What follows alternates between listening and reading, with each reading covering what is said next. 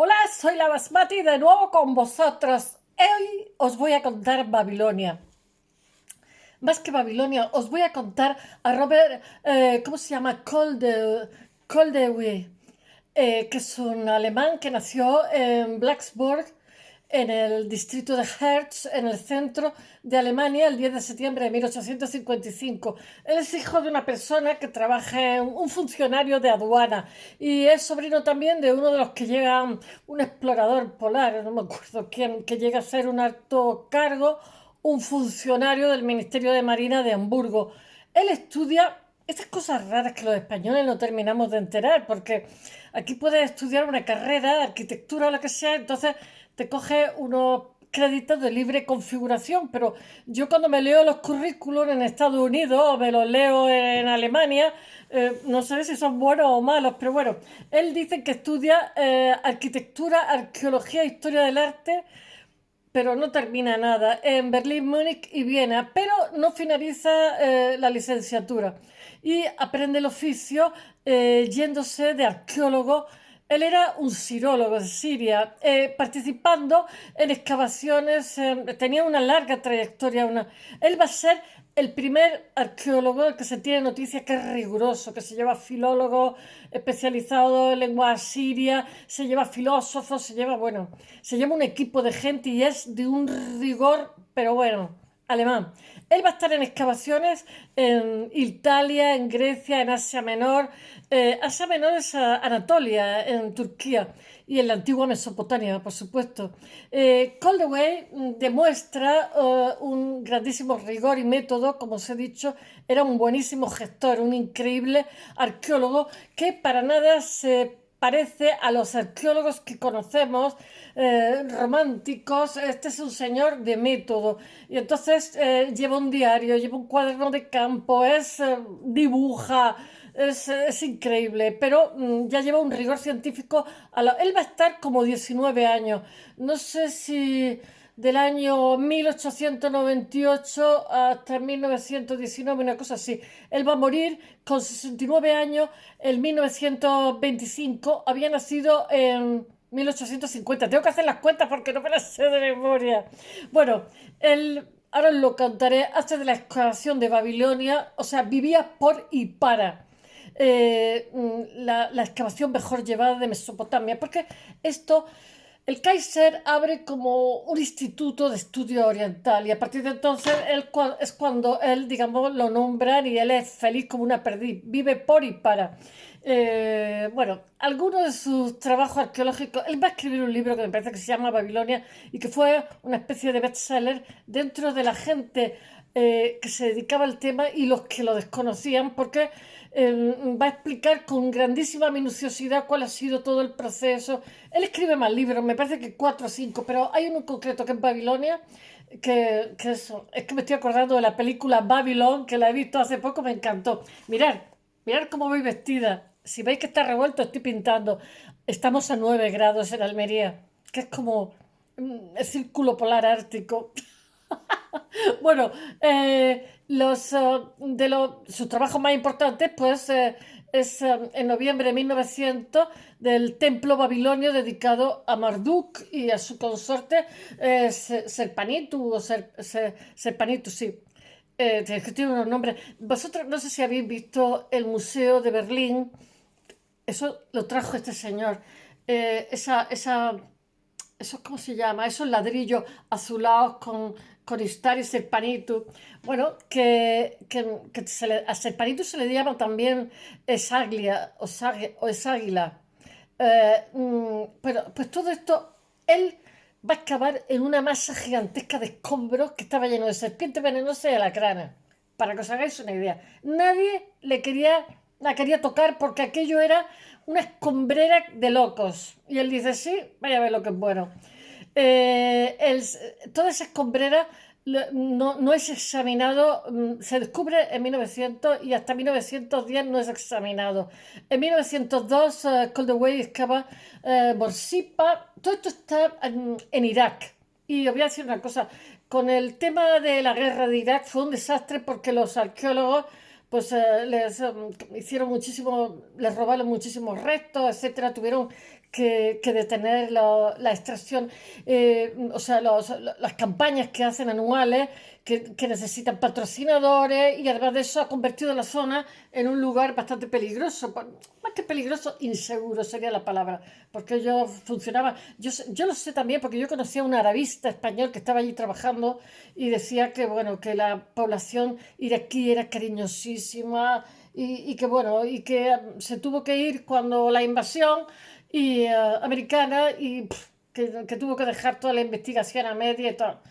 Una pena. Bueno, nuestro arqueólogo va a Borsipa un tiempo delimitando el perímetro de lo que va a ser este área sagrada, pero se va a encontrar edificios de los cuales no había fuentes, nadie hablaba y va a ser bueno, una sorpresa agradable. Y después también él está allí trabajando y entonces manda muchísimos objetos y uno los manda a Estambul, al Museo Arqueológico de Estambul, que es increíble las cosas que tiene, creo que lo he dicho 1 millón de veces. Pero en un momento determinado, el Kaiser, que es el que está poniendo el dinero, le aprieta las clavijas para decirle, oye, manda aquí, manda a Berlín y tal. Y bueno, ya sabéis, bueno, en Berlín que hay una bomba en ese museo y destrozó, porque estaban también las joyas de Troya, pero eso fue una barbaridad, a golpe de pico. Y no, este no, este va a respetar estrato tras estrato con el cuaderno de campo y con el diario, va a estar tomando, o sea, va a ser ya una exploración arqueológica ordenada y con rigor, sería la palabra. Bueno, en 1913 dirige excavaciones que encontraron e identificaron la estructura de un zigurat denominado Etemenaki, que es el famoso zigurat del que nos habla la Torre de Babel. Pero tener en cuenta que Babilonia, no sé si sabéis que es una de las maravillas del mundo, son sus jardines colgantes, después tienen también el código Hammurabi, etc. Toda esta zona del creciente fértil eran como pequeños estados en los cuales predominaban uno u otro. Babilonia, en un momento determinado, es invadida por los casitas, bueno, tuvo un esplendor y una riqueza y un todo alucinante. Había una figura de 220 kilos de oro, no se sabe qué pasó. Además de eso, había una urbanización maravillosa. Pero claro, en este Etemenaki, que es la Torre de Babel del Génesis, pues hubo una derivación del Éufrates y ahora mismo no había nada más que lo que era la base de lo que había sido la Torre de Babel mencionada. También este señor también participa en el descubrimiento de la puerta de Istar en las ruinas de Babilonia de 1902. Los jardines colgantes de Babilonia es una de las 7 maravillas del mundo. Aquello fue el esplendor, la ciudad más rica conocida. Vivían 200.000 personas y había una obra de ingeniería bastante interesante. Todo esto fue descubierto por este señor Koldewey y con la financiación del Kaiser. Tenían un nivel cultural increíble en esta época Alemania. Bueno, en 1914 él escribe The Excavation at Babylon, la excavación en Babilonia, el libro que os he dicho, sobre su experiencia. Bueno, lo escribió en alemán, lo que pasa es que lo he dicho en inglés, la excavación de Babilonia, pero es das, no sé cuánto tal, Babylon. Que él cuenta las experiencias que tuvo en la capital Babilonia. Y él fallece en 1925, él trabaja como una bestia parda y está enterrado en el cementerio del barrio berliner de Lichtenfeld, Lichtenfeld, sí, en las inmediaciones de la plaza Thunderplatz. Ay, yo siempre me acuerdo de Berlín, el Thunderplatz, que me lo leí. Bueno, en su cuaderno súper minucioso y meticuloso de campo, él dice, cuenta la excavación, porque claro, está perfectamente. Lo que pasa, mirad, vamos a una cosa. Babilonia, lo que tiene de bueno es que ellos inventan la escritura, las leyes, código Hammurabi. Os he dicho que primero o sea, estaban los babilonios y después que predominan y conquistan territorios, después está la invasión de los casitas, luego a los casitas los invaden los asirios y después los babilonios vuelven y hay, como si dijéramos, un segundo imperio babilonio.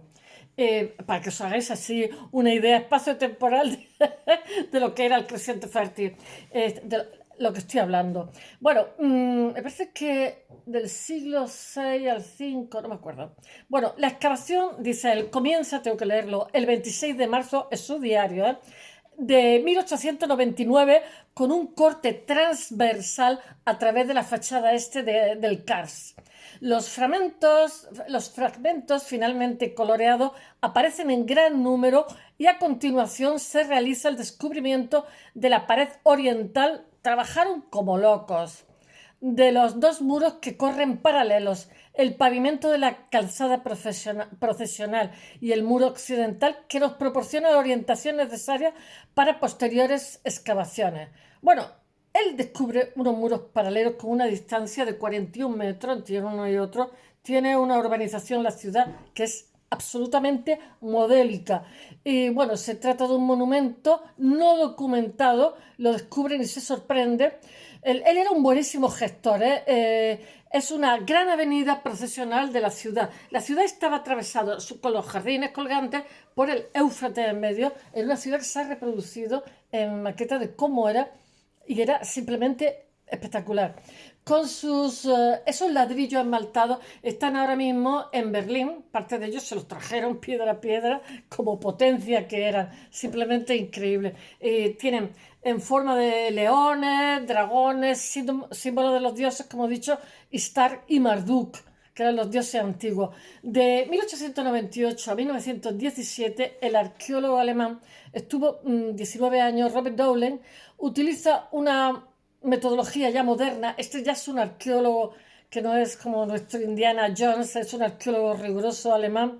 Es una metodología científica, excava las ruinas de Babilonia, que es el actual Irak. Los antiguos profetas judíos, ya me parece que era Isaías, predicen a menudo el total desastre, la total destrucción de lo que va a ser Babilonia, porque era como la corrupción, era simplemente el lujo, la libertad, no sé, la sofisticación. De hecho, a los romanos, para decir que este era un presumido, porque los romanos eran más astucios y absorbían mucho de los griegos, les copiaban mucho a los griegos, pero los babilonios eran todavía más sofisticados, entonces se tintaban la barba, se arreglaban, tenían peluquería para los hombres, se rizaban el pelo y decían, este parece un babilonio, parece que era que estaba pendiente de su apariencia. Bueno, este señor, este arqueólogo, bueno, ¿cómo era? Los profetas judíos vaticina que va a ser destruida, que no va a quedar ni las piedras, en una ciudad de 200.000 habitantes, totalmente lujosísima, anómala para la época.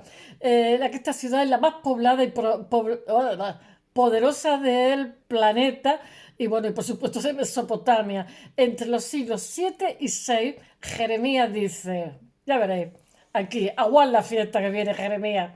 Babilonia será convertida en un montón de ruinas, una madriguera de chacales, un motivo de estupor y burla y un lugar deshabitado. Mala, mala gente, le echó ahí la maldición.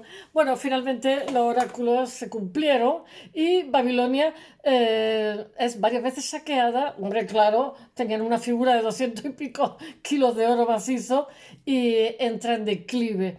Prácticamente abandonada, se consume y desaparece lentamente entre el polvo y las filtraciones del Éufrates, que claro, como los ladrillos eran ¿cómo se dice?, de arcilla, pues en el caso de la antigua torre de Babel, el Ziggurat, me parece, no sé si tenía 300 torres, vigías, tenían unas murallas excepcionales. Bueno, los primeros viajeros europeos que visitan Babilonia no ven más que ruinas. El rabino Benjamín de Tudela, del siglo XII, dice, las ruinas de la antigua Babel tienen una extensión de 30 millas.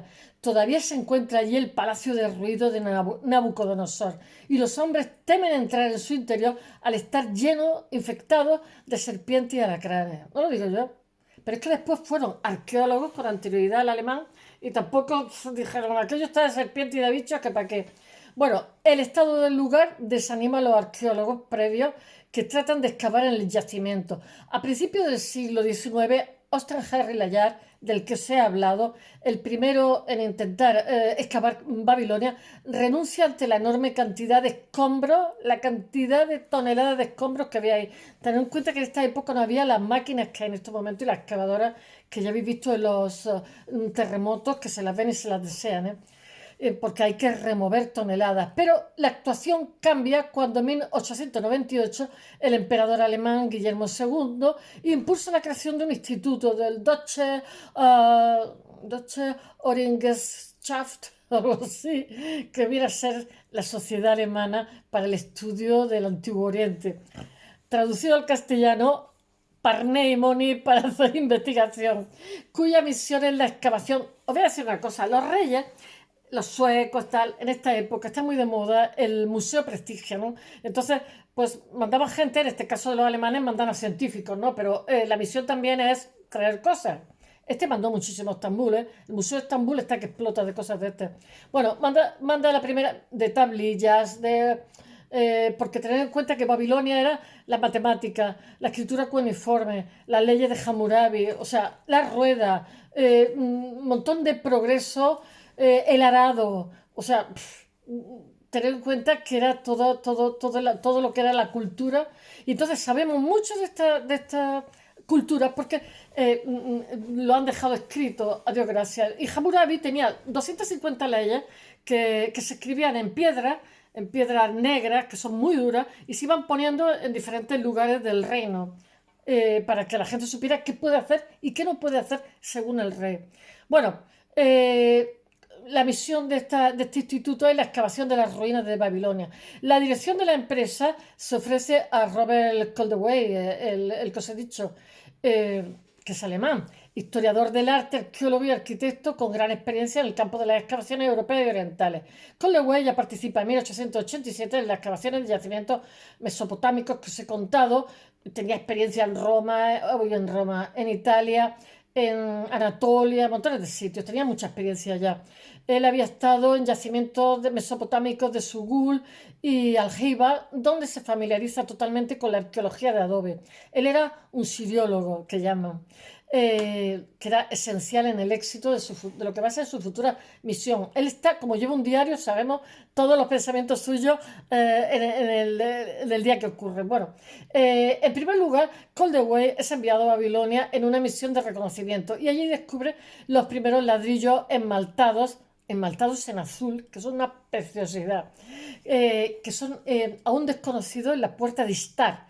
A su regreso a Berlín informa que Babilonia es el lugar perfecto para llevar a cabo las excavaciones, cuando seguidamente se le notifica su nombramiento como director, exclama, él dice en una carta, dice: me han nombrado director de las excavaciones con 600 marcos mensuales, que era un dinero en aquella época. Estoy loco de alegría cuando pienso que si alguien me hubiera dicho esto hace 16 años, que yo llegaría a realizar excavaciones en Babilonia, le habría tomado por loco. Bueno, es uno de los primeros auténticos, como os he dicho, arqueólogos con método.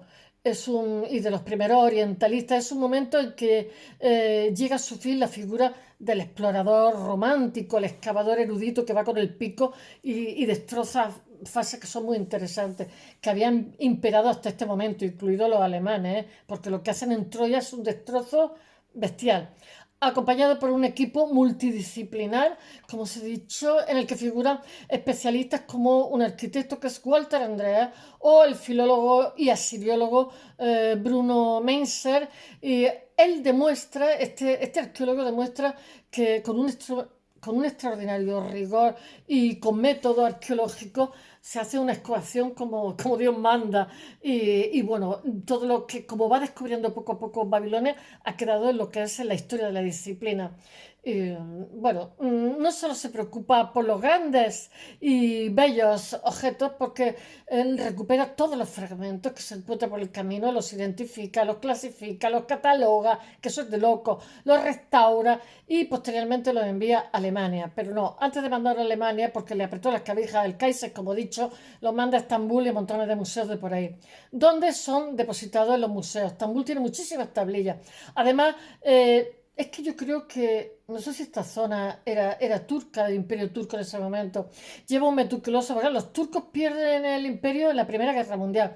Lleva un cuaderno de campo muy meticuloso en el que deja huella de todo lo que le acontece y que donde explica en cada momento cuáles son los descubrimientos que se van llevando a cabo. Eso, y lo va haciendo además de una manera analítica y muy profesional. Él, digamos, va a crear escuelas, va a abrir una vía.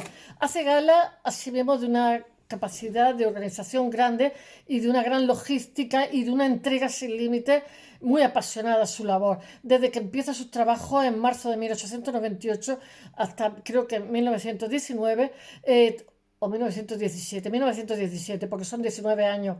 Trabaja en el yacimiento de forma prácticamente ininterrumpida, solamente hasta 1917. De hecho, durante los primeros 6 años no abandona el lugar nada más que una vez, no abandona el yacimiento nada más que una vez por determinados motivos de obligación. Solo le preocupa el éxito de la misión que le han encomendado. Él dice en su diario, se dice a sí mismo, bueno, Calderway, ahora puedes hacer esto, pero nada más que es esto. Todo lo demás no importa. Él tiene un colaborador que cuenta de él.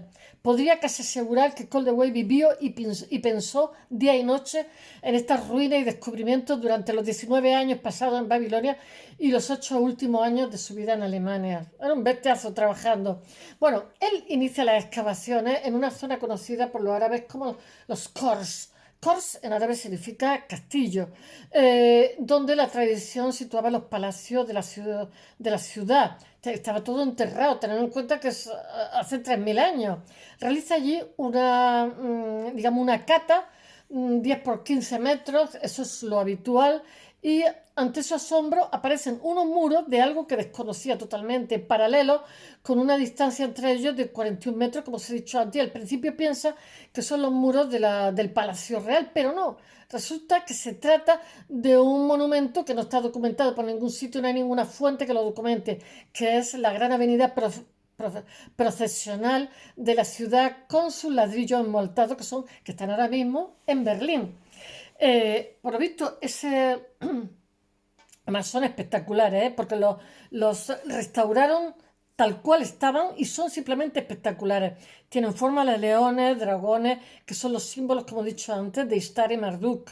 Presionado desde Berlín a fin de que hubiera piezas y que las piezas puedan trasladarse, porque el país se entera que está financiado con su dinero y se está yendo mucho a Estambul y tal. Y bueno, pues le hace que traiga piezas a Estambul.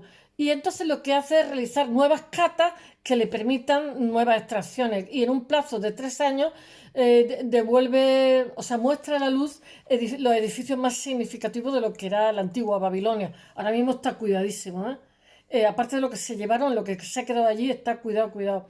Para ello, solo había explorado una pequeña parte de lo que era la ciudad, una ciudad de 200.000 almas, de un yacimiento extensísimo de Babilonia fue el descubridor, pero después también siguieron otros, aunque estuvo 20 años, porque eran 300 hectáreas y faltaban por descubrir aún, cuando está haciendo todo esto, las formidables murallas, el zigurat, como os he contado, de Tikemaki, no, Etemenaki, perdón, que era identificado como la Torre de Babel. Y bueno, este edificio queda muy dañado porque había abierto una vía, el Éufrates, en tiempos de Jerjes, o sea, hace 2.500, no, casi 2.600 años, y las filtraciones del agua a causa del alto nivel freático del río habían totalmente engullido lo que era la edificación, que era con ladrillos de arcilla, con lo cual solamente había un charco con lo que era la base de lo que había sido el edificio, una base cuadrada que marca como la escalera principal. Bueno, la mayoría de piezas son enviadas a Berlín, pero no son exhibidas hasta más de 10 años más tarde, hasta 10 años más tarde, porque tienen que ser, ¿cómo diría yo?, catalogadas. Bueno, entonces causa una grandísima impresión entre el público que le impacta y no solamente podía admirar un arte nuevo y desconocido, sino palpar la realidad de la ciudad más mítica de toda la historia, que es Babilonia. Espero que os haya gustado. Hasta mañana.